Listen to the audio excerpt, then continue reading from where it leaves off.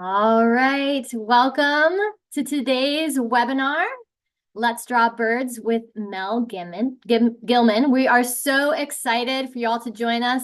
I've been keeping an eye on the chat while we've been waiting to turn on the stream, and it's so fun to see where everybody's joining us from. All over the United States and Canada. I saw Ireland, Belgium, the Netherlands, Hawaii, Virginia, Oregon, Texas. It's so fun. And of course, local New York State residents. So welcome everyone. Mel is going to be tuning in just a minute. Mel is a cartoonist and an author who happens to also love drawing birds. So my name is Chelsea Benson. I'm on the Visitor Center team at the Cornell Lab, and I'll be chatting with Mel and relaying your questions throughout the webinar. And I have a few announcements before we get started drawing today. Today's webinar is hosted from Ithaca, New York. It's where both Cornell University and the Cornell Lab of Ornithology are located. It's important to recognize the original stewards of this land, the people who have a historic and continued connection to this place, and the traditional ecological knowledge held and shared from these communities. Stay with me. I'm going to read a brief statement acknowledging and made in collaboration with the indigenous people of our area. Cornell University is located on the traditional homelands of the Gayukono, the Cayuga Nation.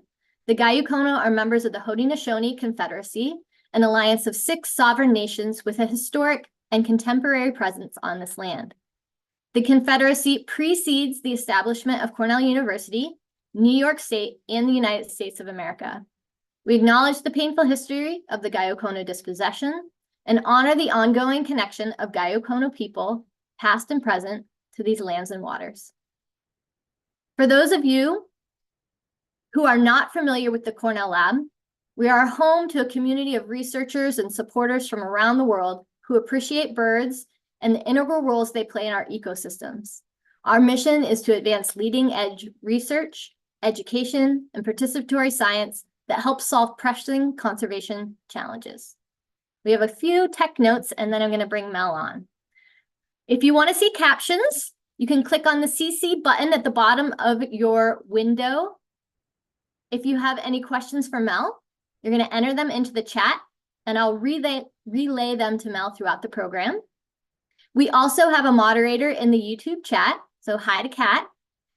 Kat's going to be helping answer your questions. They're a staff member at the Cornell Lab and also an artist.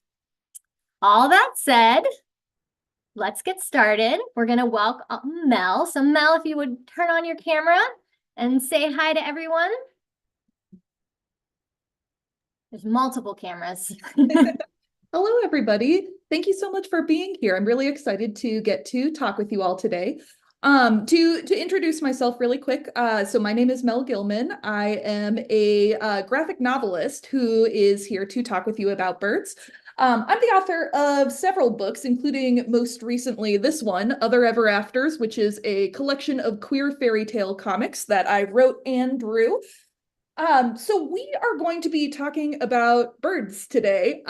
So first off, to give some disclaimers here, the thing that you should all be aware of before we get too deep into this is that I am a graphic novelist and a comic book artist by trade, which means that I am not necessarily here to talk to you about like scientific illustration or even about like drawing a like super cool photorealistic bird. Cornell has had many other workshops about topics like that, and I encourage you all to check them out on their YouTube page.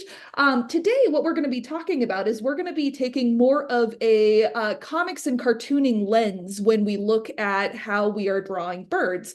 So how this is going to work today is I'm going to be drawing along, going through a lot of different small little fast sketches with you, and I encourage you all to draw along with me and practice some of the techniques and tricks that I'm going to be explaining along the way about drawing birds. So again, this is going to be a very cartoony look at drawing birds, not necessarily a like, super detailed photorealistic look at drawing birds, but rather a really beginner friendly, comics friendly look at bird drawing. Also, I'll say too, if you are a person who is already a very experienced bird artist, this may not be a talk where you learn a lot of new things. You probably already know all my tricks. But if you are a beginner artist or someone who is interested in the language of comics as it might apply to bird art, then hopefully there's going to be some fun things for you to get to watch here. So I'm going to go ahead and turn on my webcam that you can see. Yeah, So you can that's actually great. see my page. Let me get that All right, so while going. Mel's getting their camera set up, I just want to let everyone know that we are going to be using the hashtag Let's Draw Birds today. No apostrophe in there, so it's just LATS Draw Birds. So if you're drawing along with Mel, you can post your drawings on social media, including Instagram, Facebook, or X, and we can all look at each other's work today, and you can tag Mel, and I'll let you share all your handles. But so remember that hashtag Let's Draw Birds if you want to share what you did at the end of the session. All right, thanks for kind of giving us an overview, Mel. I'm going to turn off and let you draw, and I'll pop on occasionally to ask questions that our audience is putting out there. Excellent. Thank you so much. All right, let's go ahead and jump into this. So a quick thing about tools. So I am a colored pencil artist by trade. I do all of my work completely in colored pencil.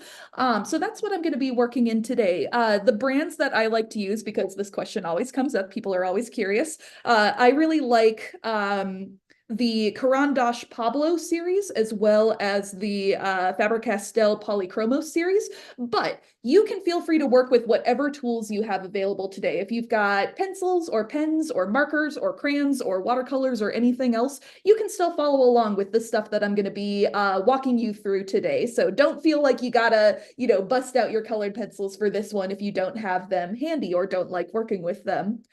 Okay, so let's jump into this.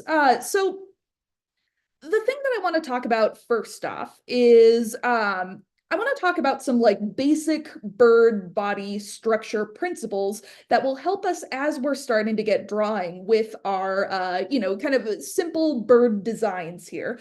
So if you are a person who has not drawn a lot of birds before and you're not super comfortable with the idea immediately, I'm going to try to break it down into some simple shapes that are going to help us build like a visual vocabulary for birds that we can all work with throughout the day today. So the first thing that I'm going to have everyone draw is, let's get comfortable drawing some egg shapes. Bird bodies tend to have a lot of egg shapes in them, a lot of these kind of squishy rounded forms, sort of like this here. Let me see if I can rotate this camera a little bit so we're not getting quite as much of a glare here. Yeah, I was just gonna pop on and say little glare. Oh, let's Oh, see. it's a little better there. When your arm, yeah, your shadow makes it help. Okay. If it becomes difficult for anyone to see, feel free to shout at me and I'll It's looking adjust a the lot lighting. better now. Okay, cool. Yeah, a little bit dark, but we will make this work. All right. So we've got our basic egg shape here. And again, don't worry about this being like the most perfect egg in the world. Birds are, especially in the winter, we're kind of working with like nice round, fluffy, blobby shapes here. There's a lot of different egg shapes that could work here. On top of our egg, let's add on a nice round head. We're just going to kind of rough in where this head is roughly going to be on our bird's body here. Now, birds, they do have, a nice elongated neck that's going to be connecting them to their body. And oftentimes the shape that I want you to remember is it's kind of a S shape. There's sort of an S shape to the way that the neck is connecting to our body there. And once you have that S shape connecting head to body, we can start thinking about things like beaks. We can think about wings. If you want a really, really simple wing shape where you don't have to stress about it too much, I would encourage you to be drawing little teardrop shapes, kind of like this. And then we are obviously going to have our feet. The feet, anatomically in these birds kind of originate pretty close to the middle of their bodies, but a lot of that is going to be covered up by fluff. So what we're going to do is we're going to have our bird's legs starting backwards, opposite direction of what we think of for like human legs here. Going down, and then we're going to have usually one little toe on the front and three longer toes on the front. Sorry, one little claw on the back, three bigger toes on the front. And if we get this much, we've already got a pretty decent outline of a bird shape. We could add on a tail like this. Typically the tail is just going to be a little triangular shape. You don't have to worry about it too much, just a long skinny triangle like that for a bird at rest.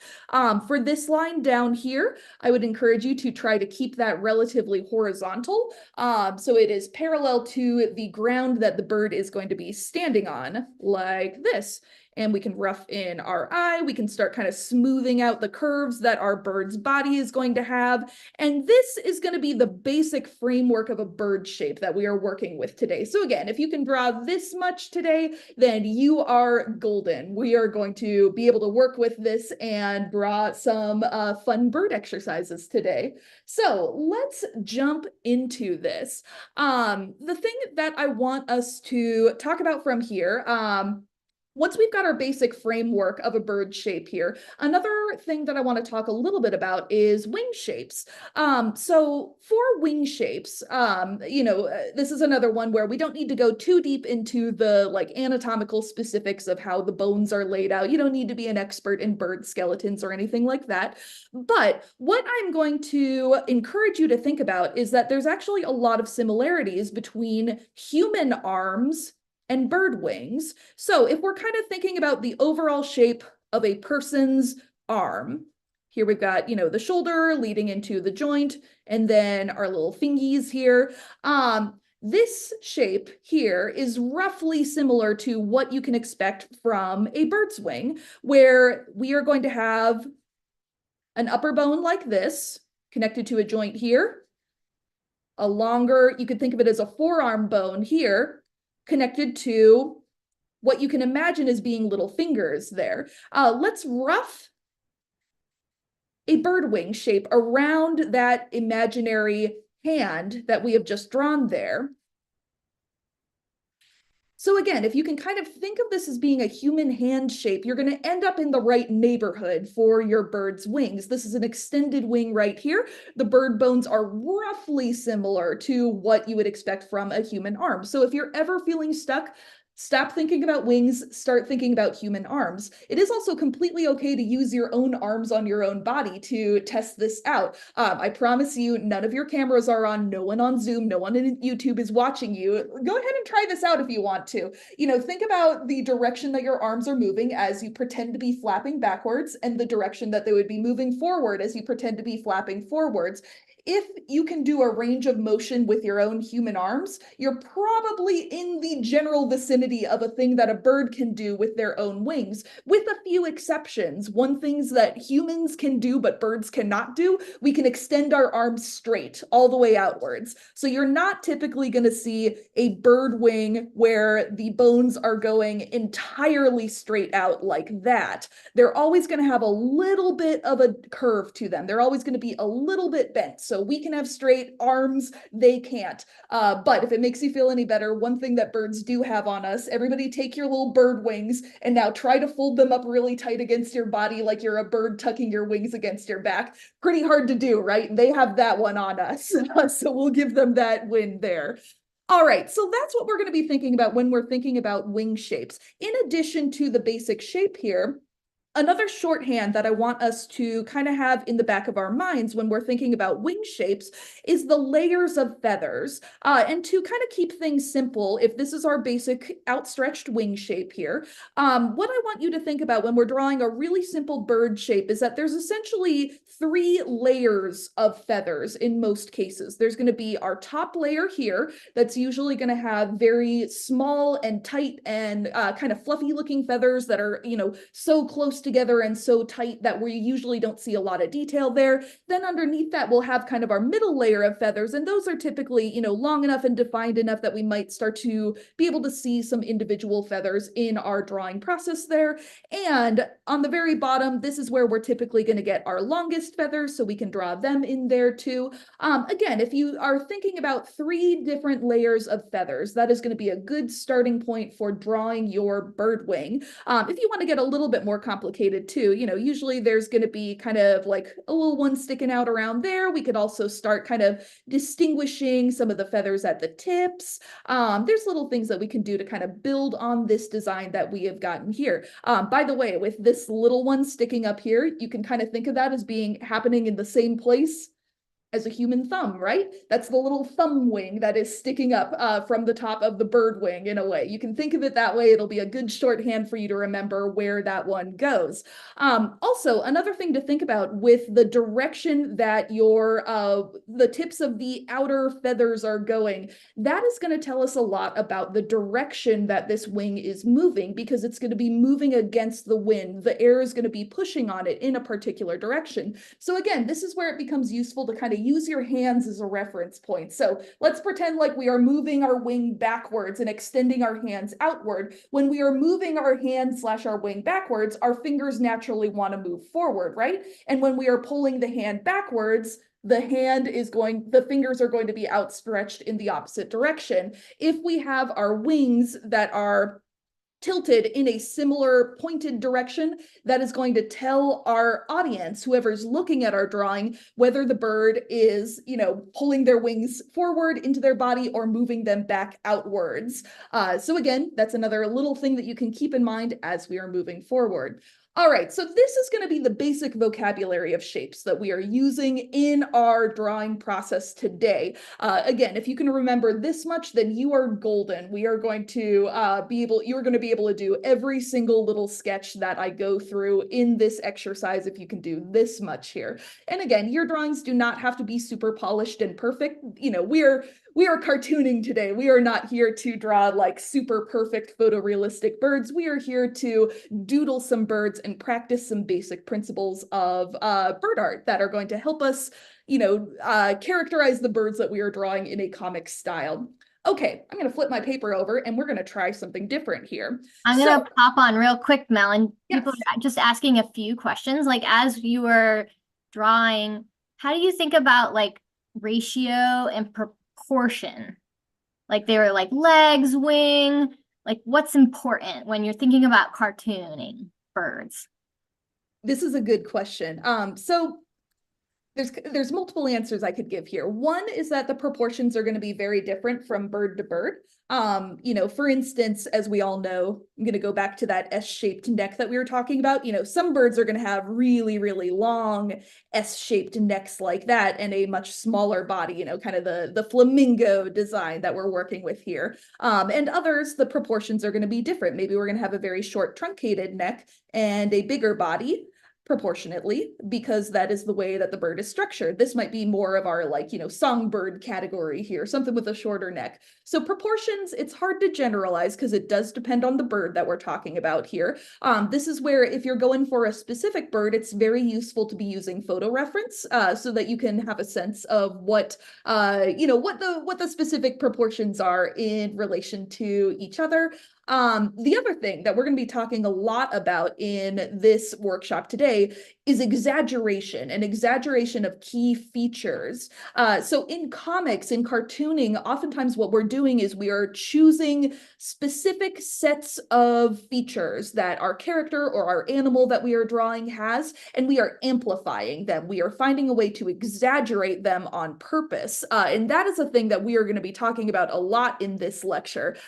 So get ready for that. We are going to dive deep into how you choose which elements to exaggerate and how to push them further in order to come up with fun characterizations of the birds that you are drawing. So hold a good question and hold onto that thought there.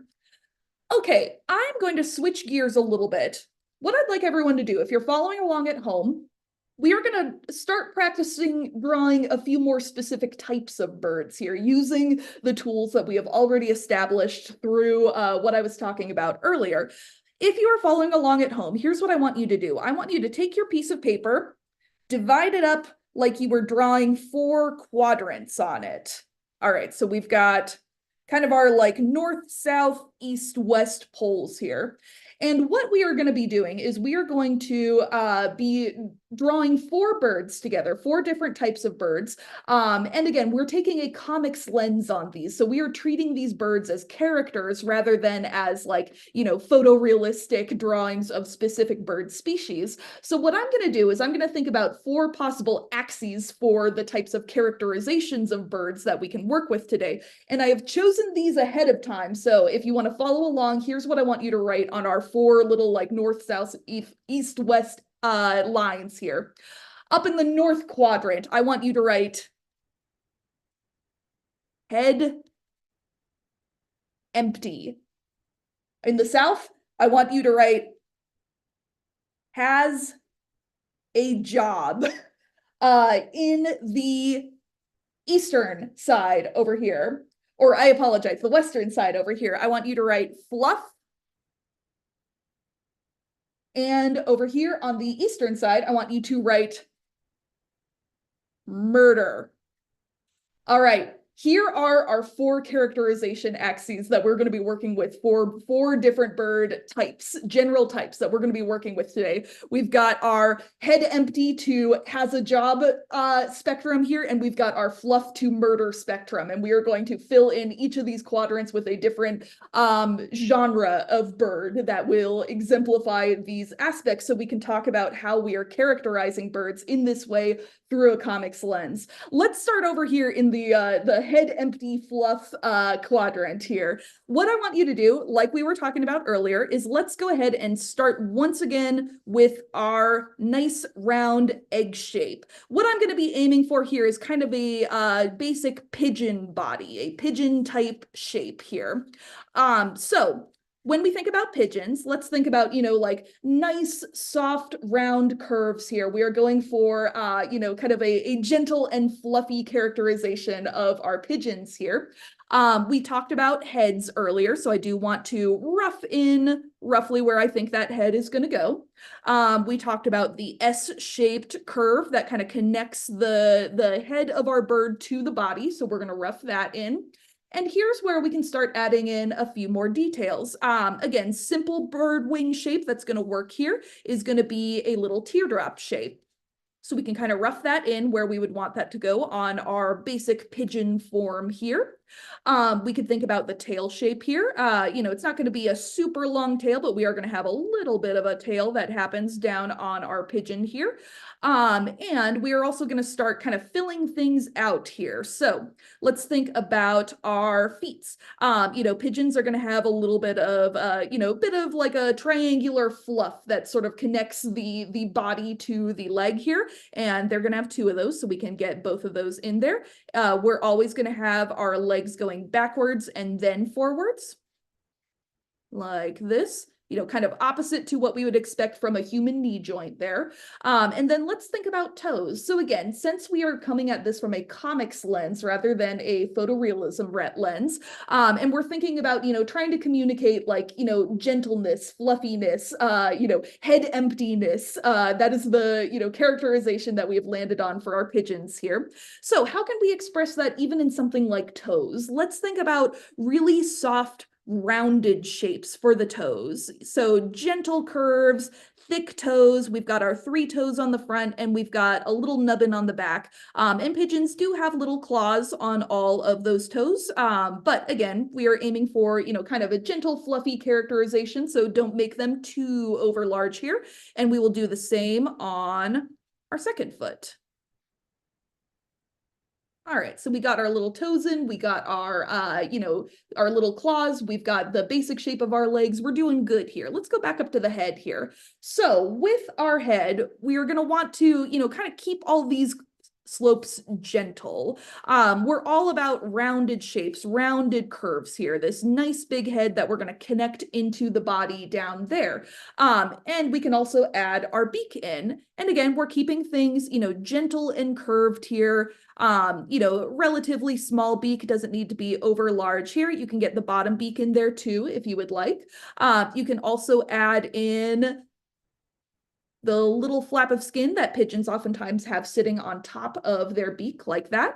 And then the eye, let's make sure we get a good eye in here, because eyes are obviously going to be very important for, how we characterize this drawing here. Let's give ourselves a nice big rounded shape. Again, we're thinking about comics here. We're not thinking about photorealism, so it's okay to exaggerate. And pigeons, you typically see the entire pupil like that. Nice big rounded shape here. Here we're really getting that head empty look coming into our characterization here, right? From here, now that we've got our basic pigeon shape down, we could start thinking about adding details in. Maybe I want to add in the little ring that pigeons oftentimes will have around their neck. Maybe I'm gonna, color that in to make it stand out a little bit better against the, underlying structure that I've drawn underneath my bird here. Maybe I also want to give him a little bib. A lot of pigeons will have a nice little bib out in the front. We could also think about details that we might want to add on the wings. Oftentimes there's going to be a little bit of banding on the wings. We can add in a nice stripe there, and we could start roughing in the lines of the feathers down here. And maybe even the feathers on the tail here, roughing in those shapes like this. All right, we're already doing pretty good here, right? We got our basic pigeon. It already is communicating something to us in terms of characterization. But I feel like we're not quite doing enough on the fluffy side of the spectrum yet, right? Like, we've got these nice rounded shapes, but we have not communicated the amount of fluff that I crave in my pigeon drawing here. So let's start thinking about places that we can add in little fluff details. Like maybe I'm going to add in a few little fluffs on the chest piece. Maybe I am going to kind of, further distinguish the lines of the wings here in order to give them more of that nice rounded shape. Maybe I'm going to do the same on the tail, make this a little bit fluffier. Maybe this guy can have a few little like fluffs sticking out on the back of his head or on the side of the wings. We could think about whatever feels good to you here. We could also do a little bit more on the feet down here. Oftentimes the feet are going to be nice little fluffy patches there that the bird is going to be utilizing. All right, we're getting closer here. Now we could start thinking about how do we want to define these shapes a little bit further? And do we want to add in things like shading? One thing that is a nice trick whenever you're starting to think about shading for, any sort of rounded object, a thing that I like to encourage people to do is to choose the direction that your light source is coming from. So the easiest way to do this is just to pick a corner of the page, doodle in a little sun. So that means that the light is coming from here and is hitting our pigeon thusly, which means that all of the parts of our pigeon that are not being illuminated directly by the sun are places that we could choose as candidates for shading. Maybe we want to get a little bit of shading underneath the beak. Maybe we want to get a little bit of shading on its nice rounded belly there. Maybe we even want to get a little bit on the side of the wing here. All right. Now this is starting to come together, right? So we've got a sense of lighting, we've got a sense of dimension, we've got a sense of shading here. A couple other little details you can add into your pigeon if you want to. We could think about adding a few little contour lines onto the legs and the feet, because obviously there's going to be a little bit of texture that's going on there. So you can add in some little hatching lines there if you would like. You could give your pigeon a treat if he has been a good boy here. Maybe we can give him some French fries. I am sure he will appreciate that greatly. Yeah, he has that hungry look about him, and he's been doing very good here. You could also think about areas of the beak that you might want to shade. You could think about, rounding out the eye a little bit further. You could think about extending those wingtips a little bit further if you would like. However you want to treat this pigeon and however you want to continue to push and exaggerate those shapes. All right, so the things that I want you to think about here, we have been working with very rounded shapes here. We've got a lot of curves, we've got a lot of soft lines, we've got some, nice rounded shapes when we have added in the fluffiness. You can even, do a little bit more of that if you want to add in some extra fluffiness, extra texture onto the wing or the belly of these birds. Sky's the limit here and, making these nice and fluffy as we go on. But let's think about, okay, what would we do if we wanted to hop down to the opposite quadrant here? What if we wanted to go down to the has a job and murder section here? For this section, let's think more about a raptor shape here, where in the language of comics, we are very deliberate about when we are using rounded lines and when we are using more angular lines. So it would make sense that if we were using more rounded lines up here, we should maybe think about more angular lines, sharper lines down here. So let's think about our basic raptor shape down here. We're going to start the exact same way. As always, we are going to start with an egg and a head on top. But for our raptor shape, obviously our raptor is not going to be quite as horizontally oriented as our pigeon up here was. So I'm going to aim for a little bit more of a kind of long and vertical egg shape here. We're getting kind of a longer, squishier egg shape like this. This is going to be a little bit more upright. From there, obviously, we are going to rough in the general placement that we think our head is going to go on our raptor here. We are also going to think about the S-shape connection, where the S is going to connect the head to the body. All right. As always, we can still stick with our teardrop shape for the wing here, but with an exception. Since we are thinking more about angular shapes, what I'm going to encourage you to do is to think about this being a bird that kind of has more of an exaggerated shoulder. So we're still doing a teardrop shape, but it's starting to look a little bit more triangular here. We're starting to incorporate a few more angles into our bird here, and we're going to use the wing as our starting point. You can also show us the other wing on the other side of the bird's body too. We can see a little bit of that if you would like to. From here, let's start rounding out the head too. So if we're thinking about a raptor shape, we have got typically kind of a flatter edge to the top of the head that feeds down into a sharp beak like this. So again, think about sharper angles here. Think about a nice angle right there and a sharp point. From that sharp point, we will come back up and extend that line into the bird's head. This line almost always goes longer than you think it should. It goes like deeper into the bird's head oftentimes than you think it's supposed to, but it is a deep cut that allows that bird to open its mouth very wide and swallow little critters. All right, let's go ahead and connect the top of the beak to the bottom of the beak, and let's rough in the bottom of the beak too, roughly like that. We've got kind of a nice point where, you can think of like this as being like the corner of the bird's mouth, extending back into its cheek there. That comes to a nice point and a little triangle that connects to both the top and the bottom beak there. Also, we want to kind of rough in where this bird's eye is going to be. If you want a trick, by the way, start at the point where the top of the beak meets the head of the bird and draw kind of a nice swooping line like that that connects to the point where the top beak and the bottom beak meet. A nice little swooping line like that. The bird's eye is typically going to sit somewhere in that range right there. It's going to sit kind of in the middle of that swoop right there. And since this is a raptor, oftentimes they have kind of a like exaggerated brow. They're very stern looking, right? We've got that like flat edge, kind of like an angry eyebrow that is coming into our raptor shape here. And maybe we also want to get our pupil in. Typically you are able to see the pupil of these raptors.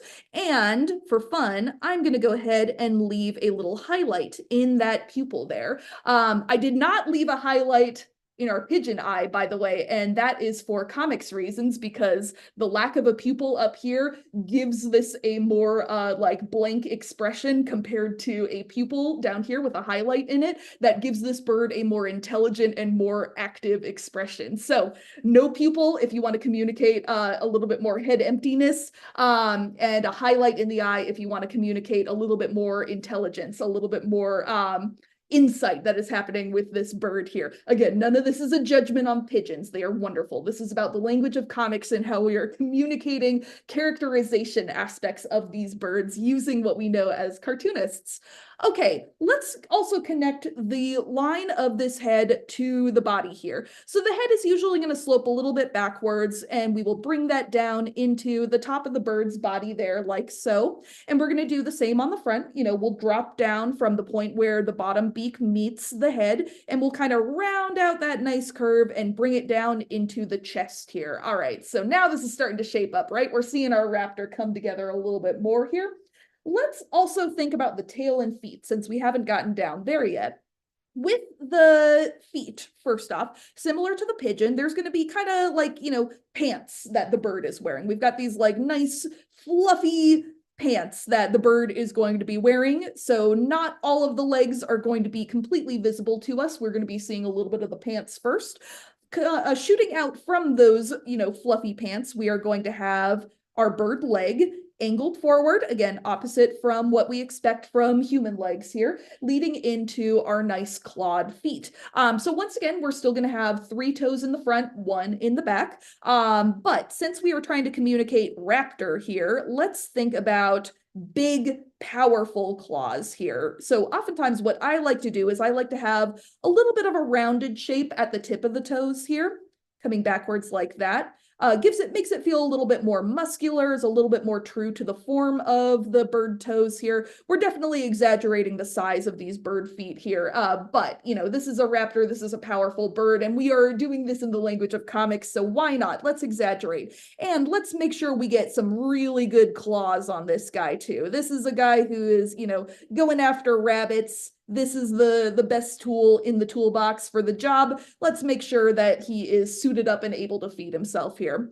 All right, same thing for the back foot. We are going to add in some nice rounded toes here. We are going to have our nice little nubbin on the back for a back toe, and we are going to make sure that we are giving our raptor very good claws so that it can go after little bunny rabbits. All right, also we need to think about our tail. For a bird that's at rest, a bird that is perching, the tail is almost always going to be kind of grouped together like this. You're typically not going to see birds that are perched that have spread out their tail feathers too far.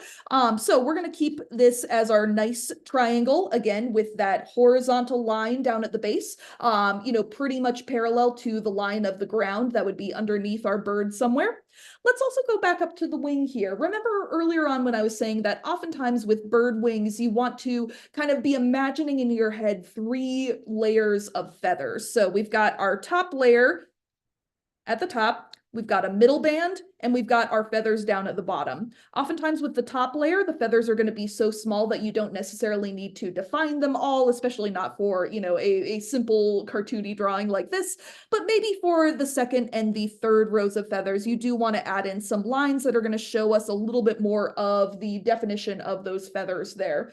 All right, so now our bird is starting to shape up a little bit more here. And let's think about details that we can add in from here too. Maybe you want to think about like lines that are going to communicate different feather colorations, feather patterns that might be happening on this bird here. Maybe you want to think about adding like little vent holes on the top of the beak there. Maybe you want to think about the pattern and featheration that's going to be happening on the chest here. If you're adding in hatch marks to your bird to communicate different types of feathers, by the way, one little secret that I will encourage you to play around with is that longer hatch marks like that are going to mean longer feathers, and shorter hatch marks like that are going to mean smaller feathers. So maybe closer to the neck and the head, we're going to have some little guys like this. You don't need to worry about placement too much. This is mostly just about adding in a little bit of texture. But on the belly, where the feathers are going to be a little bit longer and a little bit fluffier, that's where maybe we can start adding in some longer, swoopier lines like this.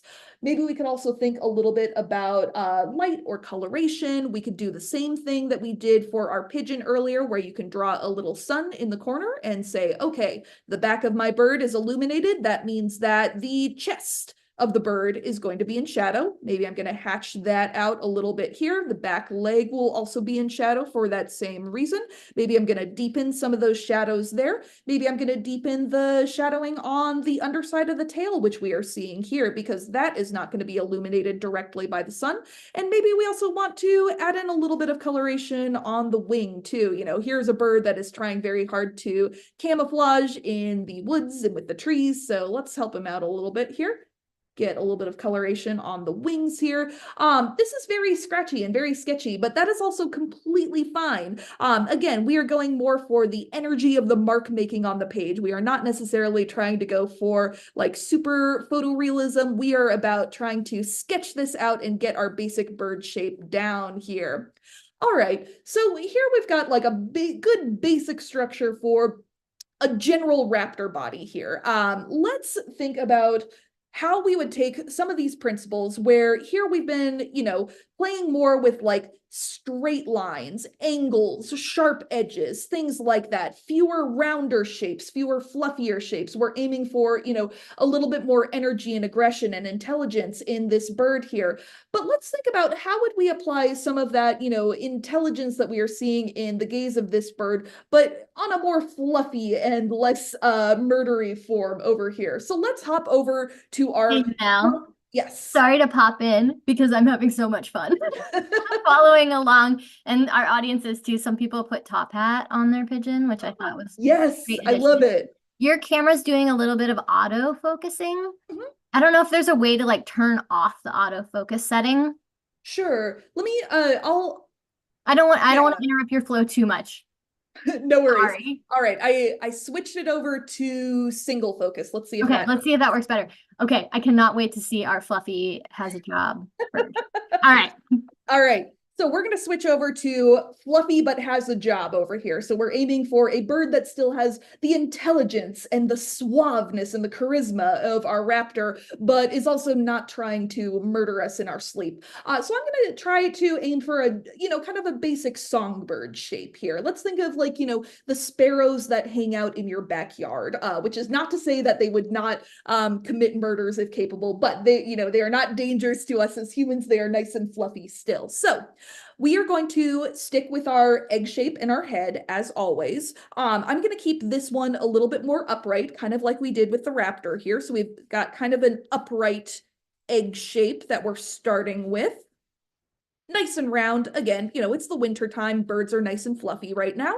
If we're thinking about sparrows, you know, they're not going to have a super long neck. So we'll place our head on top of our bird body here. Nice big round head like that.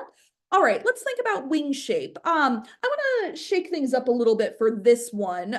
So I want us to kind of focus on seeing the more of the front of this bird, since we've drawn a lot of birds from the side here. So rather than drawing a full teardrop wing shape, I'm just going to have our wing kind of off to the side, sort of tucked in a little bit on the side here, like this. And if you want, you can also draw a little bit of the other wing on the side like this. And let's think about adding in our tail and our feet, roughing in where those are going to go. The tail is going to be, you know, nice and long, songbird style here. As always, it's going to be a nice triangular shape with a level bottom parallel to the ground that is going to be underneath our bird.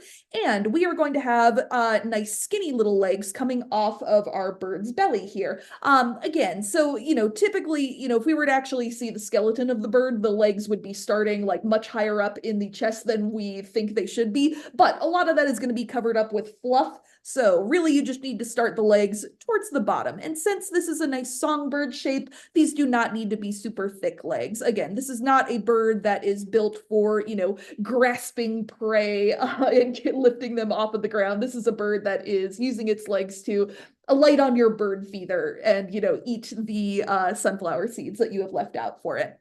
But we are still going to keep with our general toe shapes here, but they're going to be much thinner than we saw on the raptor or the pigeon. So let's think about like thin shapes that still have that little blobby shape on the very end, still giving them a little bit of a toe there. And let's be sure to give them little claws. Again, they do still have claws, even if they're a songbird. They're just not going to be as big and powerful as the raptor that we were drawing earlier. And we're going to do the same on our back foot as well. So as always, 3 toes on the front, 1 little nubbin toe on the back, and our little claws. All right, let's go back up to the head here. Again, I'm gonna switch things up a little bit since we've had a lot of birds that are, facing in the same direction that their body is oriented. I'm gonna shake things up. Birds have a long range of motion, so let's have the beak going off to the side here. For birds that are seed eaters, you're typically gonna have like a nice thick kind of conical shaped beak like this. So a nice triangular thick shape for the top and a smaller triangle for the bottom of our bird beak here. And we're also going to think about eye placement. We can do the same thing that we did for the raptor. Start where the top of the beak meets the head, draw kind of a swoopy shape going down to the place where the top beak meets the bottom beak. And that swoopy shape is going to tell you roughly where the eye is going to end up falling. The eye is going to be kind of in this area. So I'm going to give us a nice little oval shape there.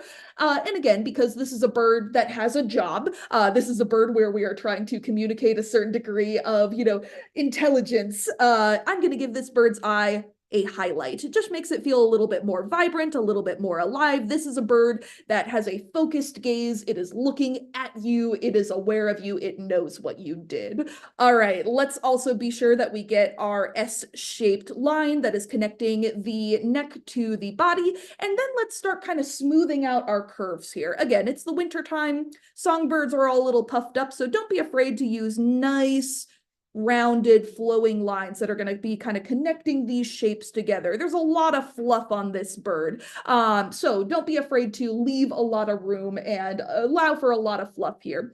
I'm also going to, maybe exaggerate the line of the side of the wing a little bit, maybe the line of the belly a little bit. I want to get a little bit more fluff. Never feel bad about correcting lines that you have already laid down. It is always fine to kind of look at the shape that you've got and go, I think I want to exaggerate that a little bit further. I think I could, push that a little bit further here.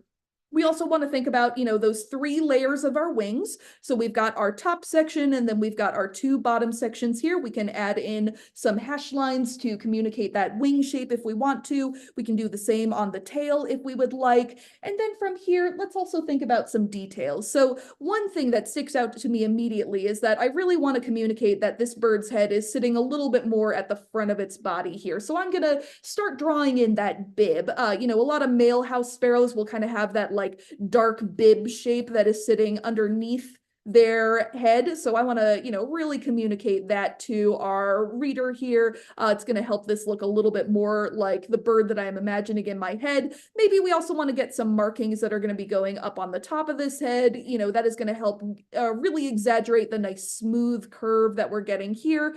Maybe I want to pull out the wing a little bit further just to get a more fun curve going on in that direction. And maybe I want to start thinking about also things like details, feather shapes. Again, we were talking earlier about how when you're using smaller hatching, that tends to communicate smaller feather shapes. When you're using longer hatching like that, that's going to communicate longer feather shapes. So maybe down at the bottom, which is going to be our maximum fluffy zone here, I'm going to have some longer hatching that I'm doing down here. And maybe towards the top, closer to the chest piece, those are going to be shorter, less dense little hatch marks there. Again, you do not have to fill in this entire bird with details. That is not the point here. A little bit of texture goes a really long way, especially in comics, especially in, simplified drawings like this. All right, and I'm going to go ahead and give our little sparrow a bug friend because he's been very good. All right, good work, little sparrow. Let's hop up to our final quadrant here. We've got head empty and murder. So for our last but not least quadrant of bird shapes here, again, thinking about characterization and how we are communicating different types of birds, different flavors of birds through the language of shapes using cartooning as a tool in our toolbox here. I want us to try out more of a seagull shape here. That's kind of the quintessential head empty murder bird to me. So For this one, this is another bird where typically the body is going to be oriented a little bit more horizontally, kind of like our pigeon over here. So I'm going to give us kind of a flatter horizontal egg like this. This is not quite as upright a bird as our like songbirds or our raptors are going to be. This is a bird that is a little bit more flat like this. And it does have a longer neck for sure than, the pigeon that we drew over here. So let's rough our head in, but make it a little bit higher than what we have been drawing earlier, which gives us a lot of nice room to kind of rough in where that S shape is going to be. We've always got that S-shaped connection between the head and the body here. All right, now let's think about wings here. So here's where I'm going to go back to our teardrop shape. By the way, if you want another like comics hack that I think works really well. If we have a longer and larger bird wing shape on a bird, we tend to interpret that bird as being a little bit more agile and capable, and a smaller wing, like what we're seeing on the pigeon here, tends to communicate a little bit more of a like goofy bird. So I'm gonna go for somewhere in between here. I'm gonna give us kind of a middle shaped wing here. And seagulls do have tails, but they're not going to be super long tails like we have seen on some of our other birds. So I'm going to give this guy just a little short nubbin back there. All right, let's also think about legs here. So seagulls are leggy. You don't always see it if they're going to be like roosting on the side of a pier or anything, but if they're standing up, if they are stretched out to their full potential, these are leggy boys here. So as always, I'm going to give us, little bumps for where the fluffiness is meeting the actual skin scaly part of the legs. And then let's get our legs in here. As always, they are going to be bending backwards, different from what you expect with human legs. These are going to be nice and long compared to what we have been doing on our other birds so far. And seagulls, since they are seabirds, not land birds like all these ones, these are going to have paddles for their feet. So we're going to get still a little nubbin on the back, and we've still got a three-toed shape in the front, but let's give us some water bird action here. And we could draw a little line in the middle. That we've still got those toes there, they're just webbed toes, so this bird can swim a little bit better than all of the other ones that we have been drawing so far. All right, let's also talk about our beak up here, and hopefully I won't run off the edge of the page here. So with our beak, seagulls, are meant to catch fish, so they do tend to have a longer beak. Typically a bird that is going to be fishing out in the water, whether it's freshwater or saltwater, is typically going to have a little bit of a longer beak than some of the other ones that we have been talking about today. So we will try to do that as much as possible. If I had not run into the edge of the page, I might have made it a little bit longer there. We are going to connect that line backwards into the head. Again, this line oftentimes goes backwards a lot further than you think it does. We are also going to connect the top of the beak to the bottom of the top beak, give a nice little curved line like that. And let's think about the bottom of the beak too. Give this guy nice flat underside of the beak too. Now we can start thinking about connecting these shapes together. So obviously we are going to want to kind of connect the neck down into the body. I'm going to go ahead and exaggerate that curve a bit more just because it feels right. Let's also think about, connecting the back of the head to the body there. I'm still going to preserve a little bit of that curve there because that is the shape of the neck bones that are underneath this seagull. Let's also think about eye placement here. If you want to do the same trick as before, you can draw that nice little light curve between the place where the top of the beak meets the head and the middle part of the beak there. Nice little rounded curve like that. The eyeball is going to sit in that space there.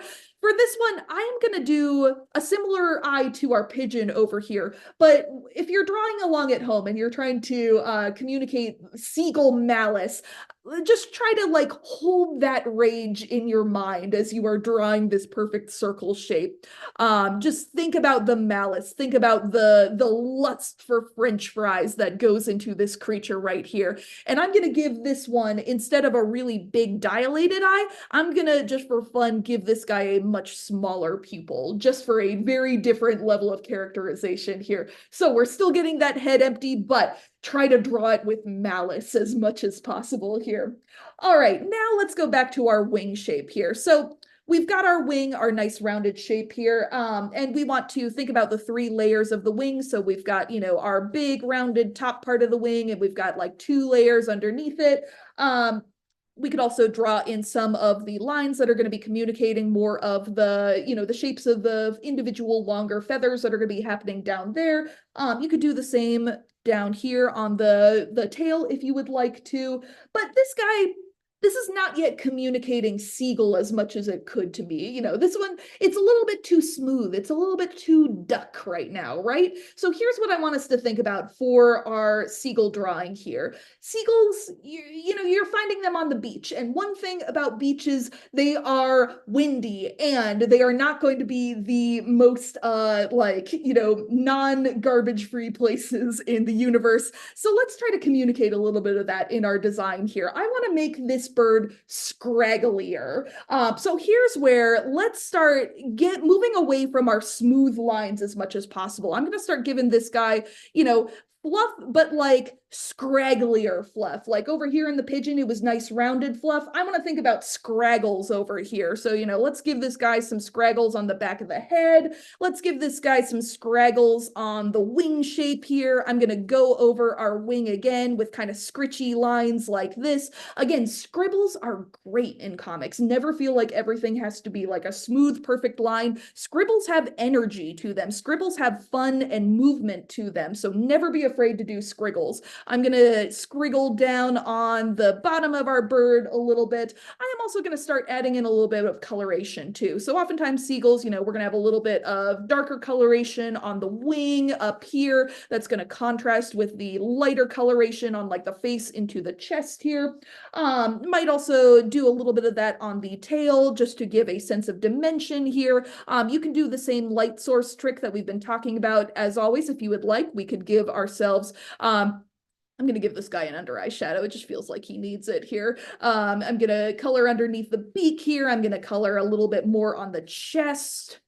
And maybe let's also think about, some amount of texture that's going to appear on the legs here. Typically there's going to be a little bit of texture on that skin. It's not going to be perfectly smooth. Maybe get a little bit of that on the feet as well. All right, now here is a shorebird that has seen some stuff in his life. This is a guy who has been living on the pier for a while and will fight you. There's only like plastic knives available, little serrated ones like this, but he will pick one up and come after you if the idea occurs to him. All right, so here we've got our 4 quadrants of birds. And again, the point here is we are using the language of comics here. So we've been thinking about like smooth, rounded lines for softness. We've been thinking about scraggly lines and hatching like this for birds with a little bit more weathering to them. We've been thinking about sharp, straight lines and angles for our more powerful, more dangerous birds. And we've been thinking about, combinations of them, how we put these things together to communicate different things, like a combination of soft lines and a few angles for intelligence, and the way that a highlight in the eye communicates a little bit more inner depth to a bird compared to a vacant void unhighlighted eye like we've seen up here. And we've thought about ways that we can use shading in order to communicate different light sources, different types of patterning on the feathers, things like that. Okay, we've got, it looks like, oh gosh, just 3 minutes left. What I'm going to do is first check in and see if there are questions, but with our final 3 minutes, I'm going to sit here and doodle a couple more things, but maybe we could also answer any remaining questions that were in the chat while I sit here and doodle. Does that sound good? That sounds great. I can't help but laugh as we're kind of looking at our deranged gall. So fun. Speaking of humor, one of the questions is, where do you get your inspiration for humor when you draw your cartoons? Ooh. Well, if we're talking about birds specifically, I feel like birds are such characters in of themselves. In comics, we're always thinking about what is the personality of the creature, the animal that I am drawing, or the person that I am drawing. And in my opinion, birds have just as complex of characters and just as like unusual of habits as a person might. So we could think about, what do I want to say about this character and how they are interacting in the story that I want to tell about them. Some birds might be a little bit more like, simple and fun-loving and comfort-seeking. Other birds might be a little bit more aggressive and intelligent and have more, goals and aspirations and, strong motivations to go after things and gumption.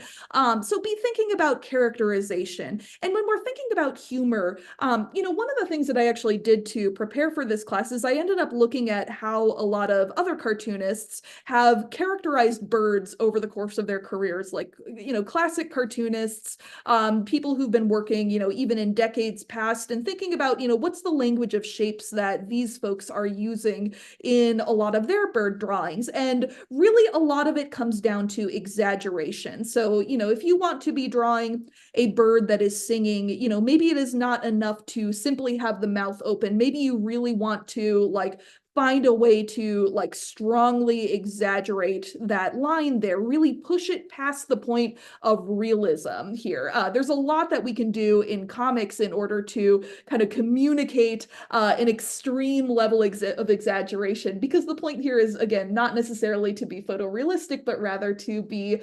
expressive. I think also there's a lot of comedy that goes into different qualities of lines, like a bird that has a more scraggly texture to it is going to feel different to us on a characterization level and on a comedy level compared to a bird which is very smooth. So you have to think about, am I using very nice, clean, rounded lines here? Is this a bird that comes across as small and gentle because of the minimalism of the lines and the shapes that I'm using? Or is this a bird that comes across as a little bit more chaotic because I've added more detail, because I've added more motion and more life into this creature that I have created here, this monstrosity?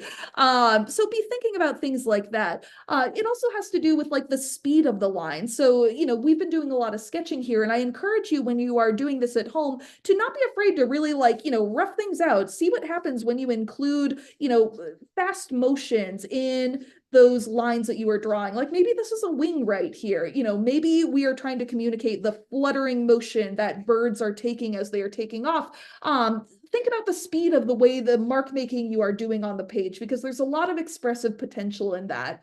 I know we're at 5, so I'm gonna stop talking here and let you close this down.